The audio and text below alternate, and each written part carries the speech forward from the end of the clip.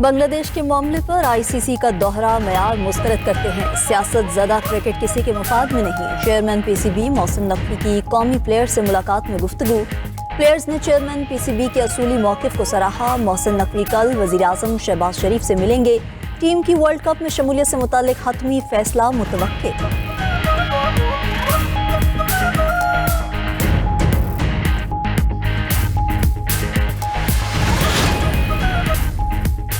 گل plaza آتش زدگی میں جاں بحق ایک ہی خاندان کے 4 افراد کی نماز جنازہ ادا کر دی گئی۔ فاروق ستار اور منم ظفر سمیت اہم رہنماؤں نے شرکت کی۔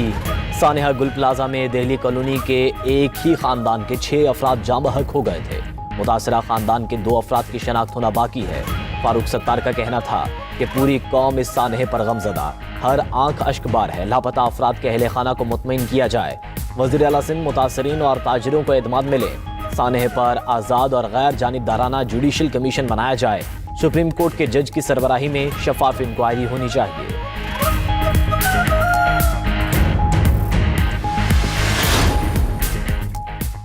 گل پلازہ میں سرچ آپریشن کا نواں روز، ملبے سے مزید 2 افراد کی باقیات مل گئیں۔ سانحے میں جاں بحق افراد کی تعداد 73 ہو گئی۔ DNA کے ذریعے ایک اور میت کی شناخت کر لی گئی۔ لاش کی شناخت عبدالحسیب کے نام سے ہوئی۔ سانحہ گل پلازہ میں ایک ہی خاندان کے 6 افراد زندگی کی بازی ہار گئے۔ 4 افراد کی شناخت DNA ٹیسٹ سے کی گئی۔ محمد سعد، مصباح، مریم اور نمرہ شامل 4 افراد کی میتیں ورثہ کے حوالے۔ متاثرہ خاندان کے مزید 2 افراد کی تاحال شناخت نہیں ہو سکی۔ تحقیقاتی ٹیم کا گل پلازہ کا دورہ، عمارت کے مختلف حصوں کا جائزہ لیا۔ ڈپٹی کمشنر ساؤتھ جاوید نبی نے کہا، ریکوری اور سرچ کا کام آج مکمل کر لیں گے، ملبہ اٹھانے کا کام چلتا رہے گا۔ لاہور کے علاقے گلبرگ کے ہوٹل میں آتش زدگی کا واقعہ، پولیس نے ہوٹل مالک سمیت 6 افراد کے خلاف مقدمہ درج کر لیا۔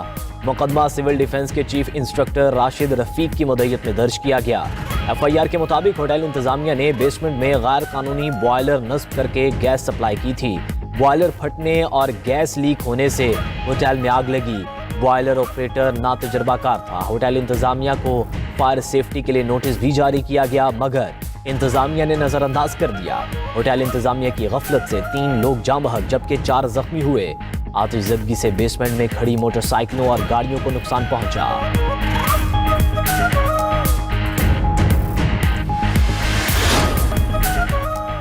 نائب وزیر اعظم اسحاق ڈار اور بنگلہ دیش کے وزیر خارجہ کے درمیان ٹیلی فونک رابطہ، باہمی تعلق، تجارت، معاشی تعاون پر تبادلہ خیال، علاقائی اور بین الاقوامی صورتحال پر بھی بات چیت، مختلف شعبہ جات میں تعاون بڑھانے کے عزم کا اعادہ۔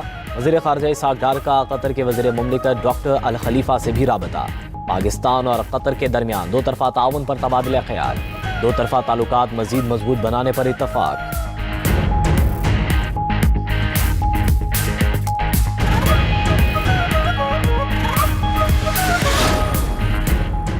وزیر داخلہ محسن نقوی سے چین کے قونصل جنرل یاؤ شیرین کی ملاقات۔ چینی قونصل جنرل نے کہا کہ سب آپ کی حیرت انگیز رفتار کے معترف ہیں۔ پاک چین 2 طرفہ تعلقات کے حوالے سے بھی آپ نے گراں قدر کردار ادا کیا۔ محسن نقوی نے کہا کہ حالیہ دورہ چین میں چینی وزیر پبلک سیکیورٹی وانگ یاؤ ہانگ سے 3.5 گھنٹے کی طویل ملاقات انتہائی خوشگوار اور سودمند رہی۔ مشترکہ مفادات کے شعبوں میں باہمی تعلقات آگے بڑھ رہے ہیں۔ ستمبر میں چین کا دوبارہ دورہ کروں گا۔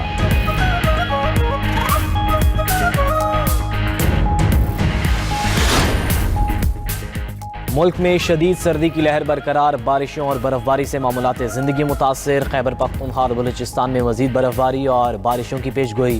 ملک میں مغربی ہواؤں کا نیا سلسلہ آج داخل ہوگا۔ چترال، دیر، سوات، چانگلہ اور کوہستان میں شدید بارش اور برف باری کا امکان۔ ناران، کاغان، کلام اور چترال میں بھی برف باری متوقع۔ بلائی اضلاع میں لینڈ سلائیڈنگ اور برفانی تودے گرنے کا بھی خطرہ۔ بلوچستان میں کوئٹہ، زیارت، چمن پشین میں برف باری کا امکان۔ پنجاب اور بلائی سندھ میں بھی بادل برسیں گے۔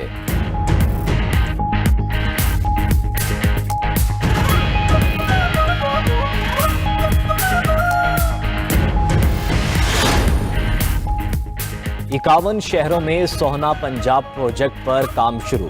وزیر اعلیٰ پنجاب مریم نواز کی زیر صدارت خصوصی اجلاس۔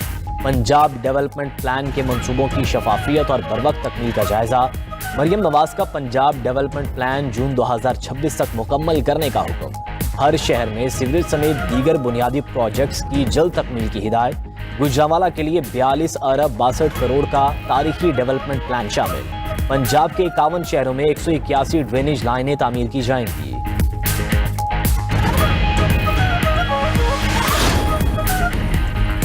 امریکہ تباہ کن برفانی طوفان کی زد میں، واشنگٹن ڈی سی سمیت 37 ریاستوں میں الرٹ جاری، 17 ریاستوں میں ایمرجنسی نافذ۔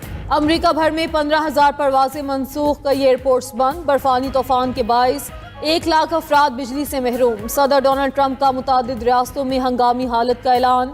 نیو یارک میں برفانی طوفان سے معمولاتی زندگی متاثر، نیشنل گارڈز تعینات کرنے کا حکم۔ میئر نیو یارک کی شہریوں کو گھروں میں رہنے کی ہدایت۔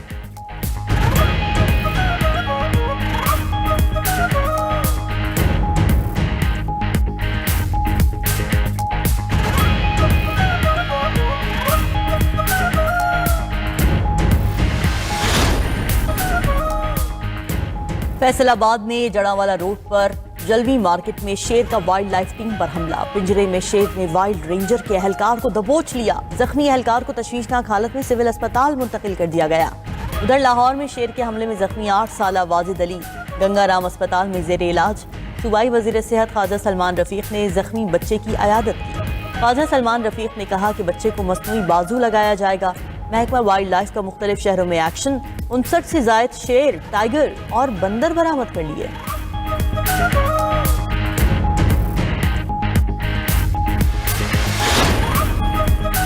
واشنگٹن میں پاکستان کی شاندار سفارتی کامیابی پر بین الاقوامی جریدے کی تعریف۔ پاکستان نے اسٹریٹجک سمجھداری سے واشنگٹن میں خود کو دوبارہ ایک ناگزیر اور قابل اعتماد شراکت دار ثابت کر دیا۔ جریدے دی ڈپلومیٹ نے رپورٹ میں لکھا کہ بھارت، جو امریکہ کا اتحادی سمجھا جاتا تھا، اب 50% امریکی ٹیرف اور صدارتی دورے سے محرومی کا شکار ہے۔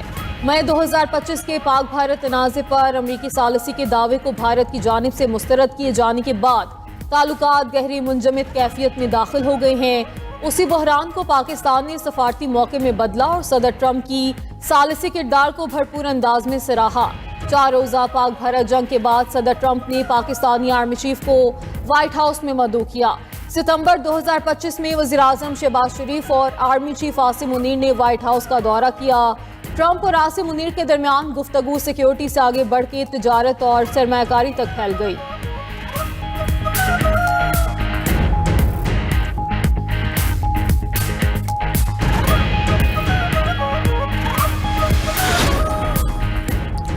تارکین وطن کے نام پر امیگریشن حکام کی پرتشدد کارروائیاں۔ امریکی شہر منیسوٹا میں وفاقی ایجنٹس نے ایک اور شہری کی جان لے لی۔ 1 ماہ میں اہلکاروں کی فائرنگ کے 3 واقعات میں 2 افراد ہلاک اور 1 زخمی ہوا۔ احتجاج کے دوران شہری کی ہلاکت پر بڑی تعداد میں لوگ سڑکوں پر نکل آئے۔